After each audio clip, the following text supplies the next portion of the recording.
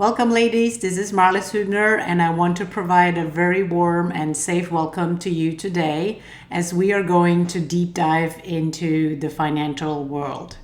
You might wonder how this is related to your overall success as a career mama, but I want to reassure you that having a healthy relationship to money is crucial for your journey towards a thriving working mom's life.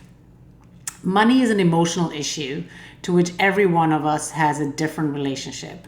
And understanding this relationship and your current beliefs around money will enable you to learn where you are stuck and where you can change to move towards a healthier relationship with money that serves your purposes and dreams.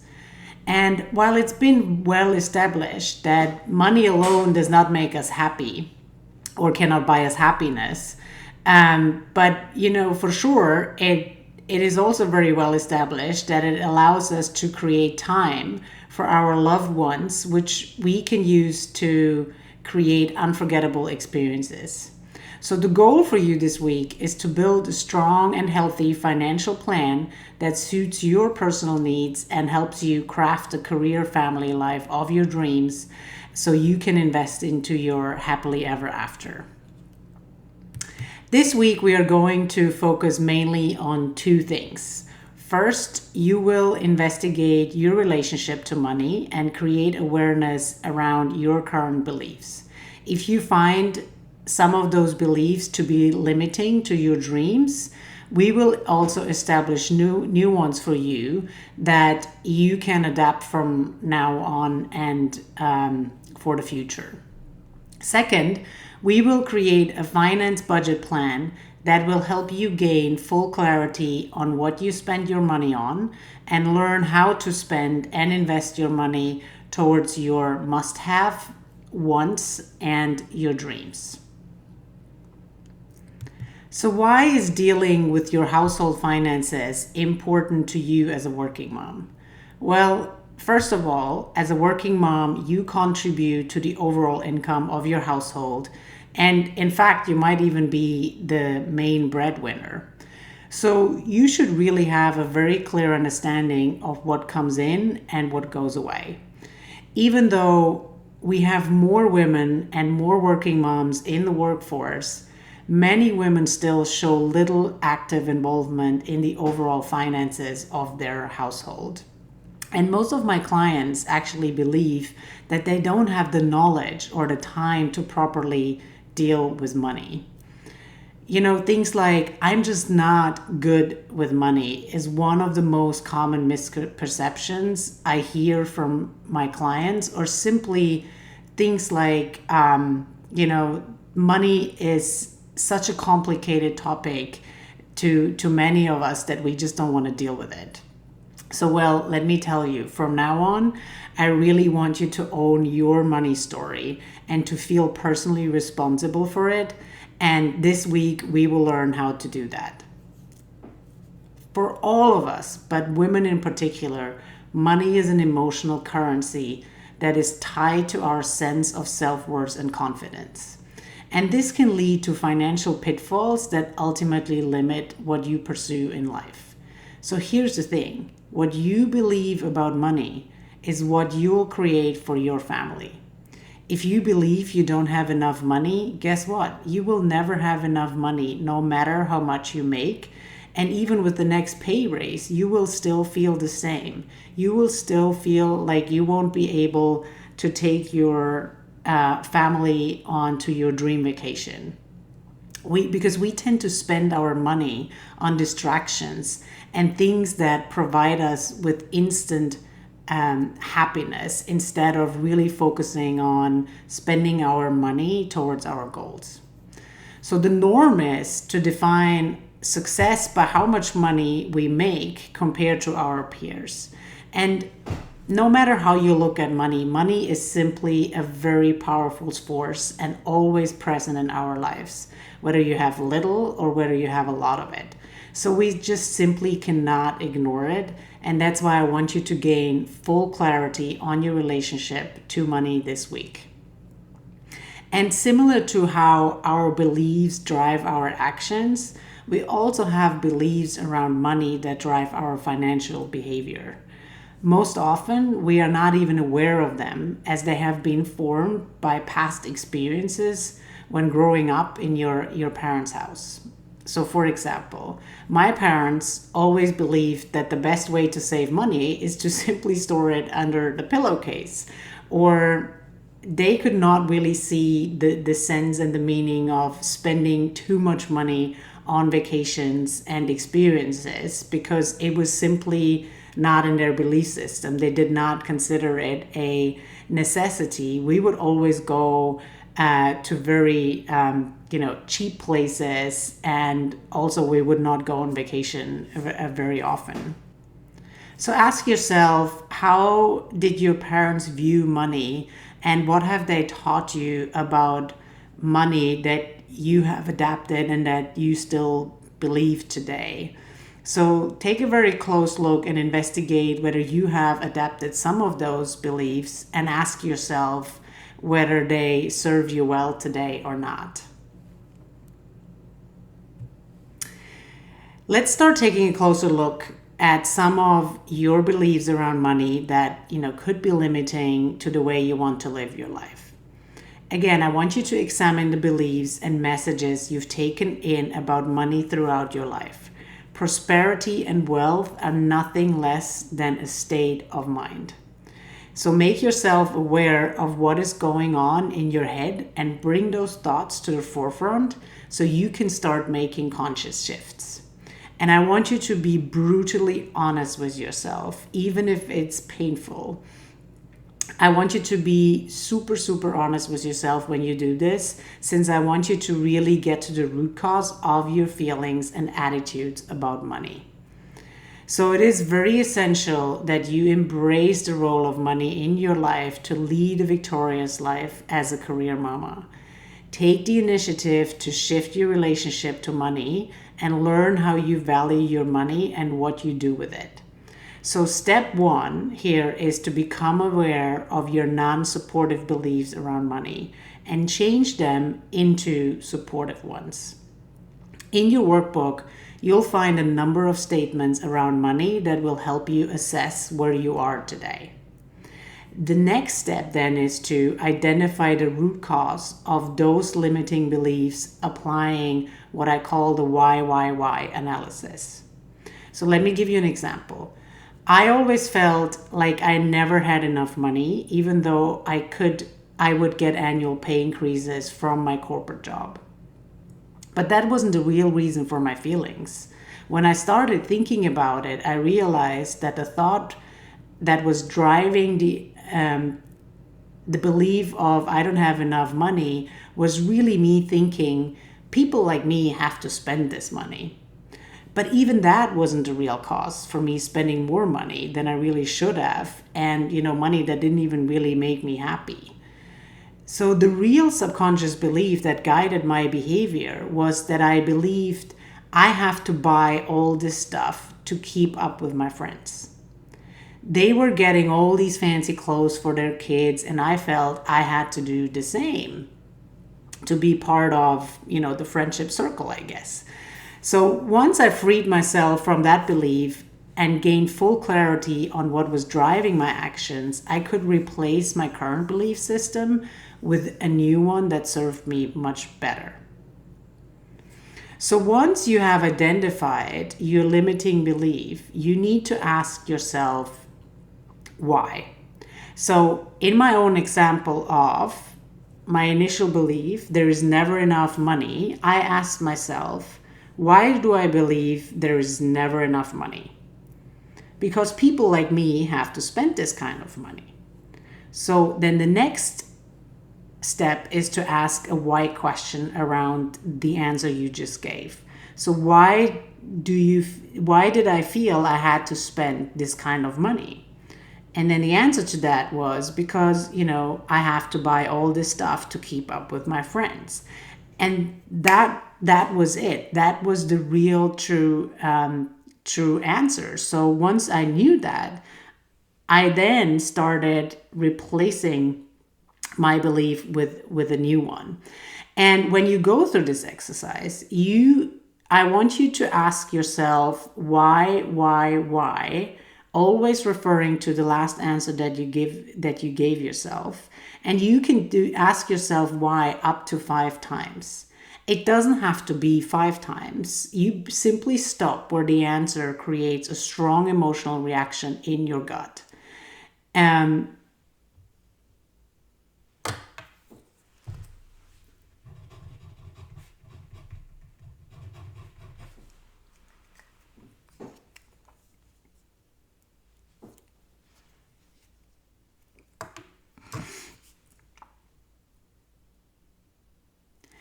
when you investigate several of your limiting beliefs, what you might find with this exercise is that the root cause, could be the same for all your limiting beliefs, and that is totally fine. This is what it is for most of my clients, and this is what it was for me as well. So at the end of the day, to the underlying really root cause for a lot of the belief that raised to the surface was really that I was thinking I am not worth having enough money, right? I need to be something to my friends because what I am today didn't feel worthy enough. So to overcome my own limiting beliefs around money, I had to adapt new belief systems. So the one that helped me eliminate the feeling of never having enough money was to replace it with two beliefs, actually. The one was there is enough money for everyone, including me. I literally hammered that into my head every day. And then the second one was also, I am worthy and deserving. And so you could see that my limiting belief of I'm not worthy of having money abundance was actually also coming from a lack of self-worth that I used to have in general. And that lack of self-worth had floated over to create a limiting belief around money as well. So another limiting belief you could have is that you think money is greedy and selfish. So if you think that, then I want you to go and replace it with, I am happy with what I have and I want more. And it's totally fine to want more. There's nothing wrong with wanting more. You can still be satisfied with what you have. But for me also, being satisfied with what you have is kind of, standing still.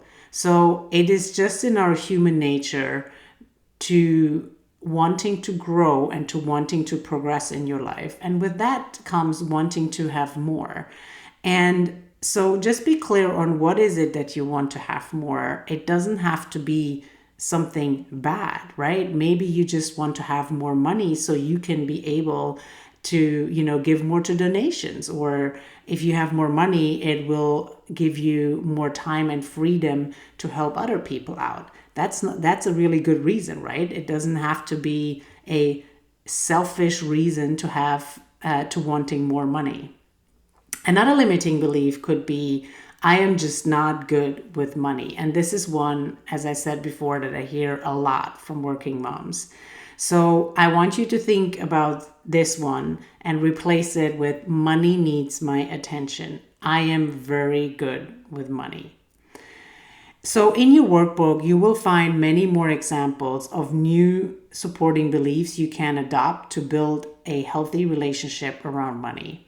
I want you to circle those that you can identify yourself with the most and add them to your daily affirmation statements so you can look at them on a regular basis and really train your brain to adapt these new statements.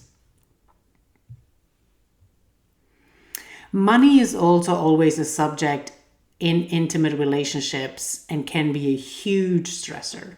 It often causes distress in relationships if not discussed frequently and in depth. In fact, it is the number one reason why a lot of couples get divorced or break up.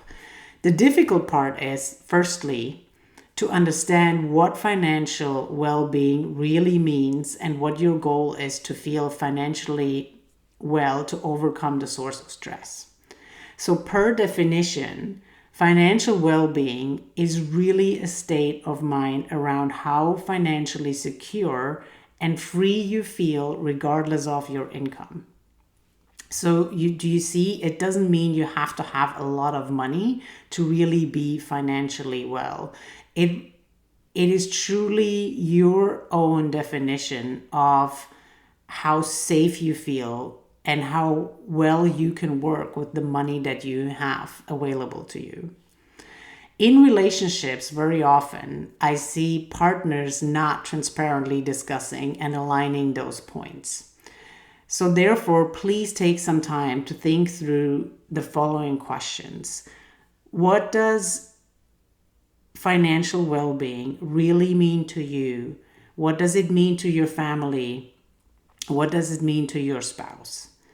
And where are you today? How do you feel about it today? On a scale from 1 to 10, where would you put yourself? And if you're a 5 or a 7, ask yourself, why are you not a 10? What are the barriers that are in my way? And what would I have to change in order to truly feel like a 10? And then, ask your spouse to think about the same questions so you guys can come to a united definition and decision on what financial well-being means to you and your overall family. So I want you to know that understanding your finances is really your personal responsibility that you should embrace from now on if you haven't already done so. And here is how you can exactly do that. So once you're clear on what financial well-being is to you and your spouse, there comes a second part most people struggle with, and that is defining a clear action plan towards achieving financial well-being. The action plan in itself is actually quite simple, yet requires certain tools and attitudes. First, we need to define a key principle, then your current budget plan, which is the starting point of your financial well-being journey. The first commitment you have to make, including your partner, is to stay within your means. Spend less than your income is. I want you to sign a manifest to remind you that this principle and commitment is something you want to adhere to and you hold each other accountable towards. The second step is to complete the financial tracker that I have created for you, and that has served me personally well over the past few years to reach my own goals and dreams, and a tool that I still continue to use. So please download the financial tracker template from the membership site and fill it out following the instructions on the first page. We will apply the following principles for filling it out. The first rule is the 50-30-20 rule. If you want to progress towards your goals, you first have to understand your starting point, and that means getting an overview of your current balance. So key expenditures versus income. A very simple yet proven effective method has been the 50-30-20 budgeting rule that has been established by Harvard bankruptcy expert Elizabeth Warren. So hereby, she declares a maximum of 50% of your after-tax income that should be used for your must-have expenditures, such as rent, transportation, which includes, any car insurance costs you have, public transportation, or simply gas that you need to put in your car. This can be any kind of utility bills, groceries, or health insurances, and childcare. The next 30% should be dedicated towards your wants. And your wants are things like any kind of other shopping that you're doing, like shopping for toys, or any kind of dining outs you do, any hobbies you have. These could be clothes and accessories, and really any sort of leisure activities you pursue during the week or on weekends. And lastly, 20% of your after tax income should go into your savings.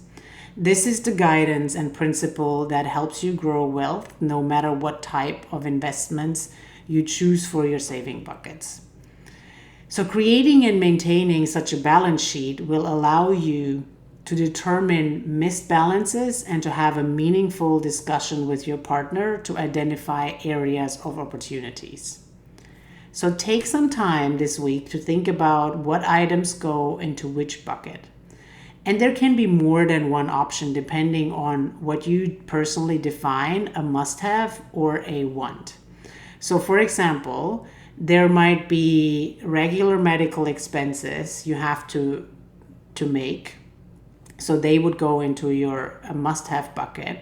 But there might also be some medical expenses that you just simply want to have to contribute towards your overall well-being. In that case, they would go into your want bucket. Similar with clothes, right? Clothes is another area where, of course, you have to buy clothes, but then there's a question of how many clothes do you really have to buy versus how many clothes do you want to buy. So make a decision of what is an amount that you feel you have to spend on clothes and an amount you would like to, for example. So the key is that your must-haves should not exceed 50% and your wants should not exceed 30% of your income after tax. If your current must-haves and wants expenditures make up more than 50% or 30% respectively, take a close look at your expenses and think about where you can spend less or where you can shift things around. So get very clear on your spending patterns. For example, are you an emotional purchaser? So when you have a bad day, do you go and treat yourself with something? Or do you actually buy more stuff when you're in a really good mood and you want to reward yourself? And then really think about where you can shift money around. I want you to consider the financial tracker as your second manifest, committing to the 50-30-20 split or any other split you may choose with your partner. So if your must-have expenses are below 50%, congratulations, that is fantastic, right? That means you can shift that money to your wants or your savings bucket, and you could go with a split of 40-40-20 or 40-30-30. The goal should be that, again, your must-have and wants don't exceed the 80% of your income, because you should have at least 20% in that go into your savings bucket. So ideally, the more you progress and the more you earn, the bigger your investment bucket should become, considering that your starting point is already covering the must-haves and wants of today. I also recommend to revisit the financial tracker on a regular basis. So whenever you get a pay raise or add any regular expenditures, that's a good time to come back and make sure you stick within your split boundaries. So now that you have secured 20% of your after-tax income towards savings, the next step is to invest smartly and play around with those 20%. So what type of investment you prefer is in the end really a combination of what you feel comfortable with and also what your financial well-being goals are. So while I'm not a financial advisor and for sure can't guarantee you financial prosperity, I can share with you what savings principles have helped me and my family to make some of our dreams come true, like, taking our family to Disney World, going to the Caribbean once a year, and even stuff like just having my eyes lasered was a huge dream I've always had, and I never did it. And finally, in the beginning of 2018, I had the money together to go and do it. So as a standard rule of thumb, I will refer you to a framework from Tony Robbins that I have been applying successfully for a few years now. So take your 20% savings and split these further into 3 additional buckets, similar to what you did before. You can follow the above 50-30-20 rule, with the difference that here you should really determine the percentages per bucket according to your risk comfort level and according to the experience you have. So let's talk about the security bucket. 30% of your savings should go in here. The security bucket can be comprised of voluntary contributions towards, governmental social security, state-backed insurances. This is where your pension live if you have any, and this is also where your mortgage goes into if you own a property. The oval on the ocean is that these investments are relatively safe and associated with low growth rates that are normally in the range of 2 to 3% annually. So investing on a regular basis into the security bucket will get you slowly but steadily towards your goals as it follows the rule of compounding. So the way to think about this bucket is that this is the bucket that brings you restful sleep at night and the certainty you need to know I'm going to be fine. So the second bucket, which is the growth bucket, could contain about 50% of your savings. So this is the bucket where normally, your stocks would go in, or your bonds or your ETFs. It could be, even stuff like you're investing in real estate as well. So really, if you have zero experience with stocks, like I did, for example, I follow the principle of copying somebody who's an expert, right? So I just went out there on the internet and found myself an expert and, followed his stock recommendations. And you can do that if you feel comfortable doing that and, playing around with the money that, that still lets you sleep fine at night. Think about this bucket as the play bucket. So you need to be really prepared to win, but also be prepared to lose. So the question that helped me decide on how much money I can put in this growth bucket was really to ask myself, could I live with the fact that in the worst case scenario, all my money in here would be gone?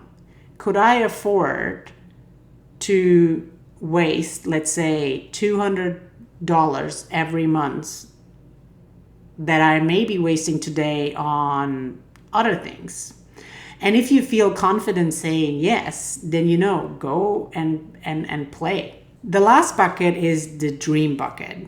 Here you can put 20% of your savings, and the money you put in here should be really put towards a goal that inspires and excites.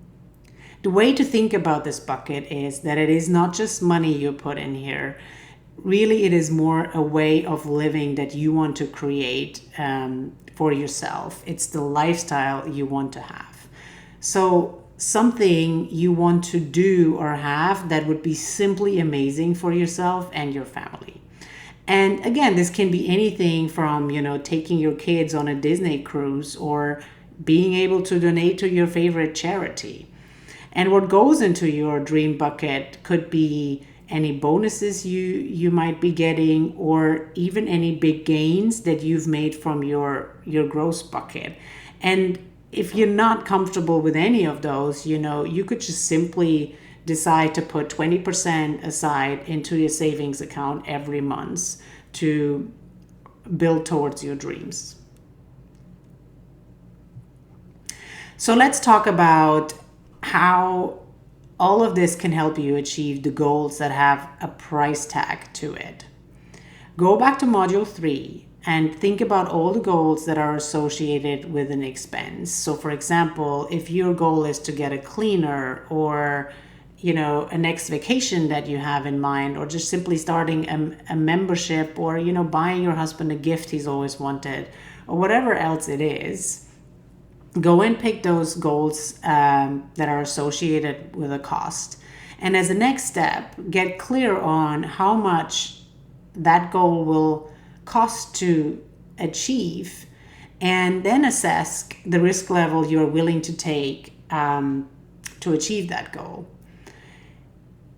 Next, assign each goal to a bucket that you feel comfortable with, and also decide on how much money per month you are willing to dedicate towards that goal.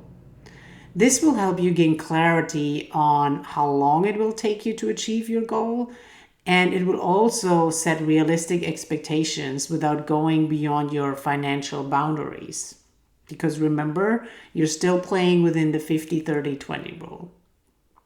So depending on your current life situation, a vacation, for example, could go into your dream bucket, and a gym membership could go into your want bucket. So again, there is no strict rules. Whatever you feel comfortable with, go and play around with a few scenarios and lock on the bucket that feels right in the gut to you and your spouse. And some of these goals you will actually be able to achieve today, and some of them will just take their time. So having a clear action plan will ensure you get there. The goals that you can already afford today, I want you to put straight into your dream time scheduler.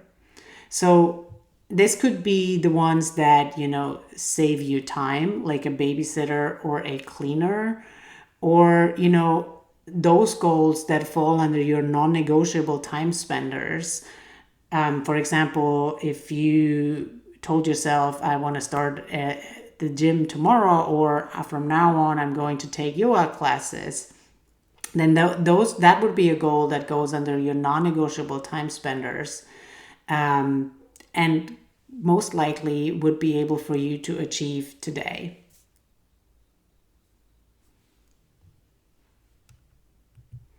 So with that, this brings us already to this week's checklist. So as always, complete the workbook. I want you to establish your new supporting beliefs around money and practice them, and repeat them to yourself every day. Go ahead and fill out the financial tracker to define where you are today and establish a status quo. And then use the financial tracker to also create your new financial budget plan that enables you to achieve your personal goals. I want to close today with a quote from Benjamin Hardy, who is a organizational psychologist and a true inspiration to me personally. He says, "Dreamers invest their money and time into distractions, while doers invest their time and money into their dreams."